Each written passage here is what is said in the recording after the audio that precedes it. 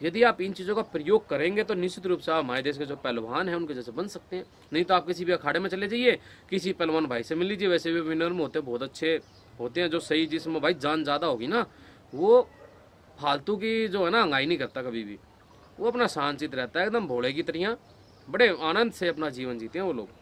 ऋषि दयानंद के सपनों को पूरा करके दिखाएंगे, पूरा करके दिखाएंगे। हम सब मिलकर राष्ट्र को पुनः आर्यवर्त बनाएंगे, आर्यवर्त बनाएंगे। बन जाओ सब श्रेष्ठ तुम, अब रहे ना कोई अनार्य। जय आर्य, जय आर्य, जय आर्य, जय आर्य। नमस्ते मित्रों, जय श्री राम, जय रेवत। आज मैं जो बताने वाला हूँ आपको, आप इन नियमों का पालन करेंगे, जो भी कुछ मैं बताऊंगा आपको, तो आपकी जो प्रोटीन आदि की शिकायत रहती है, समस्या रहती है, वो दूर हो जाएगी।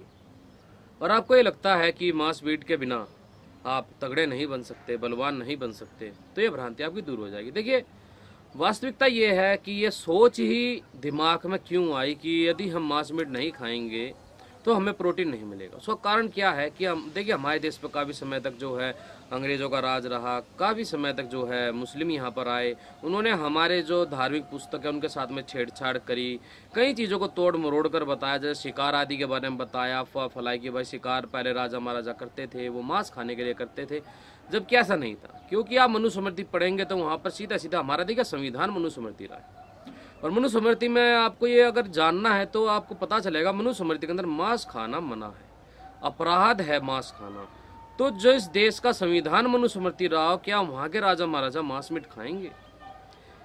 ये बात तब की है जब इस देश का, इसमें मुस्लिमों का यहाँ पर शासन नहीं था, राजा अच्छे थे।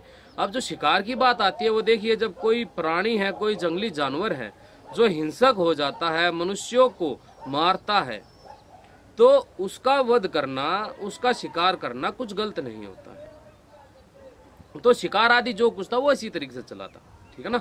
अपनी मौज मस्ती के लिए कोई नहीं करता था। बाद में कुरीतियां आई समाज में, ऐसी बात नहीं है राजा महाराज में नहीं, बाद में आई, लेकिन उस समय हमारे देश का संविधान मनुस्मृति नहीं था जिस समय कुरीतियां आई थी। तो ये शिकार आदि जो था ना, ये बाद में मुसलमान आदि शुरू हुए, उन्होंने शुरू किया, मांस मीट खाना शुरू किया, हमारे लोगों को भी आदत हो गई, ठीक है ना, मांस मीट खाने लग गए। फिर अंग्रेज आ गए, उन्होंने खाना शुरू किया। अब यहाँ पे जो अंग्रेजी शिक्षा है, मैकाले शिक्षा, अंग्रेजों की शिक्षा, उनकी संस्कृति मतलब उन बेचारों के देश में कुछ होता नहीं, मांस मीट ही वो लोग खाते हैं, ठीक। तो उन्होंने ये चीज़ें जोड़ दी कि मांस मीट खाएंगे तो ही बलवान होंगे, जबकि यहाँ पर काफ़ी सारे उदाहरण मिल चुके हैं हमारे देश के अंदर कि जैसे कि ऋषि दयानंद जी थे, कितने बलवान थे, शुद्ध शाकाहारी थे, ब्रह्मचारी थे। प्रोफेसर राम मूर्ति जी हैं, राम प्रसाद बिस्मिल जी, चंद्रशेखर आजाद, कितने बलवान थे, कितने बलशाली थे ये सभी, ठीक है ना। कितना इनके अंदर जिगर था, कितना इनके अंदर पूरा गुद्दा था, ठीक है ना, दिल था, एकदम मजबूत दिल था, बहुत बढ़िया। लेकिन कभी किसी डरते नहीं थे, कभी घबराते नहीं थे। वर्तमान में हमारे देश के जो पहलवान है, गांव में आप जाएंगे तो अभी थोड़ी सी वो कुरीति में पड़ गए, थोड़ा बहुत अंडे आदि, लेकिन अभी भी आपको बहुत सारे पक्के हनुमान जी के भगत मिल जाएंगे, लंगोट के भी और भोजन के भी। कोई अंडा नहीं खाते हैं, कोई मांस मीट नहीं खाते, शुद्ध शाकाहारी भोजन करते हैं, बलवान है, ताकतवर है, ठीक है ना।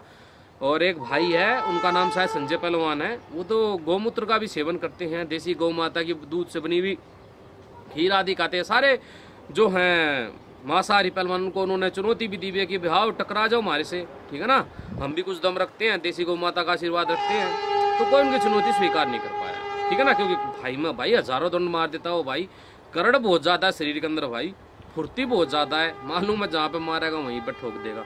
तो देखिए ये एक तो अपने दिमाग से निकाल दीजिए कि मांस मीट जो है ना, ये क्या कुरीति है, ठीक है ना, एक अपराध, एक अत्याचार है जीवों के ऊपर, तो वो निकाल दीजिए। क्योंकि यदि बलवान बनना है, स्वस्थ बनना है, तो आपको ऐसी चीज़ों की तरफ बढ़ना है जो कि आपको कभी भी शरीर में रोग ना आने दे और बुढ़ापे में भी आपको स्वस्थ रखे, 100 वर्ष से अधिक आयु आपकी हो, ठीक। तो उसके लिए आपको क्या करना है, देखिए आप चाहे जिम करते हो, चाहे आप कुछ भी करते हो, तो आपको जैसे कि हरी सब्जियां हैं, हरी सब्जियों को आपको खूब खाना है। जैसे कि जूस में यदि मैं बात करूँ तो मौसमी का जूस आपकी मांसपेशियों के लिए, उसकी मतलब हर प्रकार की लचीलेपन के लिए, उसकी जो एक मजबूती होती है ना खिंचाव की, उसके लिए मौसमी का जूस बहुत ही ज़्यादा अच्छा होता है। जैसे दालें हैं, आप कितनी प्रकार की दालें हैं हम देखते हैं भाई, चने की दाल है, ठीक है ना, उड़द की दाल है, मूंग की दाल है, मसूर की दाल है, कई प्रकार की दालें हैं। आप सभी प्रकार की जो है दालें खाने का अपना कीजिए शुरू और उनका प्रोटीन आपको अच्छे से मिले, उसके लिए आपको करना क्या है, ताकि आपके शरीर में लगे भाई, जब भी तो फायदा है ना खाने का, शरीर में लगेगी तो फायदा क्या है।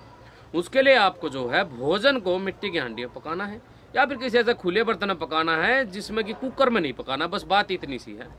और उसके अंदर आपको तेज मिर्च मसाले नहीं डालने हैं, जितना आप कम डालेंगे ना दोस्तों उतनी ही उसकी ताकत बढ़ेगी, उतनी ही ज़्यादा फायदा होगा। जैसे आप दाल उबाल रहे हैं, दाल में आप जो है थोड़ा सा बढ़िया पका हुआ टमाटर है उसका छोंक लगा सकते हैं, और आप उसके अंदर यदि मिर्च डालना चाहें, ज़्यादा फीकी नहीं खाती है तो आप थोड़ी सी हरी मिर्च डाल सकते हैं, और वो भी कूट का छोटे टुकड़े करके नहीं, हरी मिर्च एक ली, बीच में से चीर दी, दाल में डाल दी, ठीक है ना, जिससे कि ज़्यादा तीखापन आता नहीं है दाल में, थोड़ा ठीक से स्वाद आ जाता है।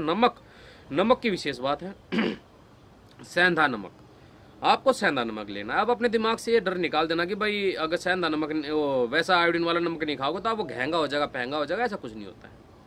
कई बार सोचेगा भाई मैं तो सफ़ेद नमक खाता नहीं, मैं तो हमारे घर में जो है सेंधा नमक खाया जाता है, तो हमारे को तो कोई महंगा वहंगा हुआ नहीं। और जो लोग ये आयोडीन वाला नमक खाते हैं उनके शरीर में भी आयोडीन की कमी हो जाती है। और यदि आप अपने पूर्वजों की भांति सेंधा नमक खाएंगे, असलियत में देखिए आप सही प्रकार से भोजन लेंगे, दालें लेंगे, हरी सब्जियां लेंगे, फल लेंगे, सारी चीज़ लेंगे, आपके शरीर में समस्या आएंगी ही नहीं, ठीक है ना। तो प्रोटीन के लिए आपको क्या है, जैसे कि दूध है, आप दूध को बढ़िया उबालिए, ठीक है, उसको बढ़िया गाढ़ा गाढ़ा उबालिए और उसको खाइए। जैसे गाजर का मौसम आता है तो गाजर की खीर बनाए खाइए, आप हलवा बनाए खा सकते हैं आटे का हलवा बना खा सकते हैं बढ़िया देसी घी में। अंदर व्यायाम दंड बैठक जब आप करेंगे तो निश्चित रूप से आपके शरीर के अंदर बलवान बढ़ेंगे भाई, कहाँ नहीं बनेंगे। तो प्रोटीन तो भाई भर के मिल जाती है, सारी चीज़ प्रोटीन मिल जाती है, आपको विटामिन मिल जाता है, आपको आयरन मिल जाता है, आपको कैल्शियम, सारी चीज़ें मिल जाती हैं इन चीज़ों से। आप सिर्फ अपने दिमाग में देखिए नापा तोली छोड़कर आप सिर्फ इतना समझ लीजिए कि आपको जो है भर पेट अपना जो है ये आपका हरी सब्जियां खानी है। यदि आप रोटी खा रहे हैं तो वहाँ पर चने की रोटी आपको खानी है, ठीक है ना, प्रोटीन मिलेगा, ताकत मिलेगी, सब कुछ मिलेगा भाई उसके अंदर, ठीक।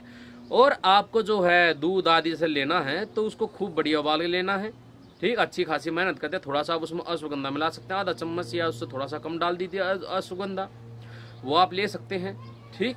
और जैसे मावा है, मावा निकाल के मावा खा सकते हैं आप, मावे के लड्डू बनाए खा सकते हैं, ठीक, कितनी सारी चीज़ें हैं। बाकी आप व्यायाम करते हैं उस अनुपात में, तो निश्चित रूप से देखिए व्यायाम का होता क्या मतलब, व्यायाम क्या होता है, शरीर में फालतू चर्बी होती है उसको खत्म करता है, और शरीर कमजोर है तो उसको बलवान बनाता है। लेकिन व्यायाम जो है हमेशा हमारे को हमारे भोजन के अनुपात में करना चाहिए, ठीक। मान लीजिए आप व्यायाम करने के बाद आपको कमजोरी लगती है और आपको एक बात समझ लेनी चाहिए कि आप भोजन भी ले रहे हैं सब कुछ, तो आपके भोजन में कहीं ना कुछ कमी है, तभी आपको व्यायाम करने के बाद भोजन लेने के बाद में भी आपको कमजोरी लग रही है, ठीक। तो इस पर आपको ध्यान देना चाहिए, ठीक है ना। तो मैं समझता हूं कि आपकी प्रोटीन की शिकायत इन चीज़ों से कम हो जाएगी। यदि आप भरपेट अपने जो है दालें आदि खाएंगे तो आपको बहुत सारी चीज़ें मिलेंगी, चना आदि खाएंगे, ठीक है ना। बाकी मौसम बाजरा आदि हो गया और कई प्रकार के जैसे अपने मौसम के अनुसार अनाज आते हैं वो खाएंगे तो आपका निश्चित रूप से लाभ मिलेगा ही मिलेगा। और सब्जियां आदि खाएंगे, आपके कितने सारे रोग दूर हो जाएंगे भाई, आपके फेफड़े मजबूत बनेंगे, आपके किडनी गुर्दे लीवर आदि ये सब कुछ मजबूत बनने वाला आपका। यदि आप व्यायाम करते हैं, शुद्ध सात्विक देसी चीज़ें खाते हैं तो इन चीज़ों से आपका शरीर मजबूत बन जाएगा। लेकिन आप फिर भागते हैं जी हम तो डब्बा बंद चीज़ें खाएंगे, ठीक है ना, तभी हम बलवान बनेंगे, ऐसा नहीं है भाई, ये सब चीज़ें जरूरत नहीं है। आप कहीं पर खाड़े में चले जाइए, पहलवान क्या खाते हैं, पहलवान देखिए मौसमी का जूस पीते हैं, हरी सब्जियां खाते हैं, सभी प्रकार की दालें खाते हैं, दालों में भर भर के प्रोटीन होता है, वो चीज़ें खाते हैं, दूध पीते हैं अपना बढ़िया गाढ़ा बनाकर, मावा खाते हैं, मावा की बर्फियाँ बना खाते हैं, गूंद आदि चने आदि के लड्डू बना लेते हैं वो खाते हैं, ठीक है ना। ये चीज़ें खाते हैं हमारे देश के पहलवान, आप जाएंगे देखेंगे तो मांस मीट इतना नहीं खाते हैं वो लोग, ठीक है ना। बहुत ही कम हैं जो कि गलत रास्ते पे होंगे मांस मीट खाने वाले, लेकिन अभी भी शाकाहारी हैं बहुत ज़्यादा पहलवान हमारे, ठीक है ना। तो वो ये चीज़ें खाते हैं भाई, को अलग से चीज़ें नहीं खाते हैं, ये चीज़ें खाते हैं, मुनक्का का पानी पीते हैं, ठीक है ना, जब व्यायाम करते हैं तो उस समय बादाम का दूध बना कर आदि पीते हैं, बादाम के दूध बनाने के कई सारे तरीके होते हैं। आप उसको पानी में ले सकते हैं, आप उसको जो है क्या बोलते हैं दूध के साथ में ले सकते हैं। यदि आप उसको जो है बिना भिगोए आप उसको बना रहे हैं तो आप उसको छान कर जरूर लेना चाहिए। यदि आप उसको मान लीजिए बादाम को भिगो देते हैं, भिगोने के बाद उसका छिलक उतार कर फिर आप उसको घोट लगाते हैं तो आप बिना छाने भी ले सकते हैं क्योंकि फूल चुका है और उसमें रगड़ा लग चुका है। लेकिन यदि आप बिना उसको भिगोए खाली बादाम का दूध बना रहे तो फिर आपको छान कर ही खाली दूध लेना चाहिए। उसका वो कचरा आदि वो चीज़ नहीं जानी चाहिए आपके शरीर में। ये चीज़ें भाई यदि आप इन चीज़ों का प्रयोग करेंगे तो निश्चित रूप से आप हमारे देश के जो पहलवान हैं उनके जैसे बन सकते हैं। नहीं तो आप किसी भी अखाड़े में चले जाइए, किसी पहलवान भाई से मिल लीजिए, वैसे भी विनर में होते बहुत अच्छे होते हैं, जो सही जिसमें भाई जान ज़्यादा होगी ना वो फालतू की जो है ना अंगाई नहीं करता कभी भी, वो अपना शांतचित रहता है एकदम भोले की तरह, बड़े आनंद से अपना जीवन जीते हैं वो लोग। ठीक है ना। आप जाएंगे, आप पूछें किसी पहलवान भाई से कि भाई मुझे जानना है, थोड़ा सा आप बता दीजिए आप कि आप कैसे क्या भोजन लेते हैं, मैं 150 दंड लगाता हूँ, ये व्यायाम करता हूँ, तो मुझे थोड़ा बता दीजिए क्या क्या आप खाने में लेते हैं, व्यायाम के बीच में आप क्या लेते हैं। आपको कई चीज़ें वो सलाह देंगे, बहुत कुछ आपको बता देंगे। आप कहीं पे भी अखाड़े में जाकर किसी से भी सलाह ले सकते हैं। भाई प्रेम पूर्वक आप किसी से पूछोगे ना, कोई आपको मना नहीं करेगा, शर्मानी कोई बात नहीं है। आप जाइए भाई, एक दूसरे से मिलकर ही जानकारियाँ ली जाती हैं, सीखी जाती हैं। और इन मांसाहारियों से, इन सब चीज़ों से दूर रहा करो भाई, कुछ नहीं है इनके चक्कर में। ठीक है ना। ईश्वर ने जो है सभी को अधिकार दिया जीने का। ठीक है ना। तो आपको भी जीना है, हमको भी जीना है, जीव जंतु को भी जीने दो भाई प्रेम पूर्वक। ठीक है ना।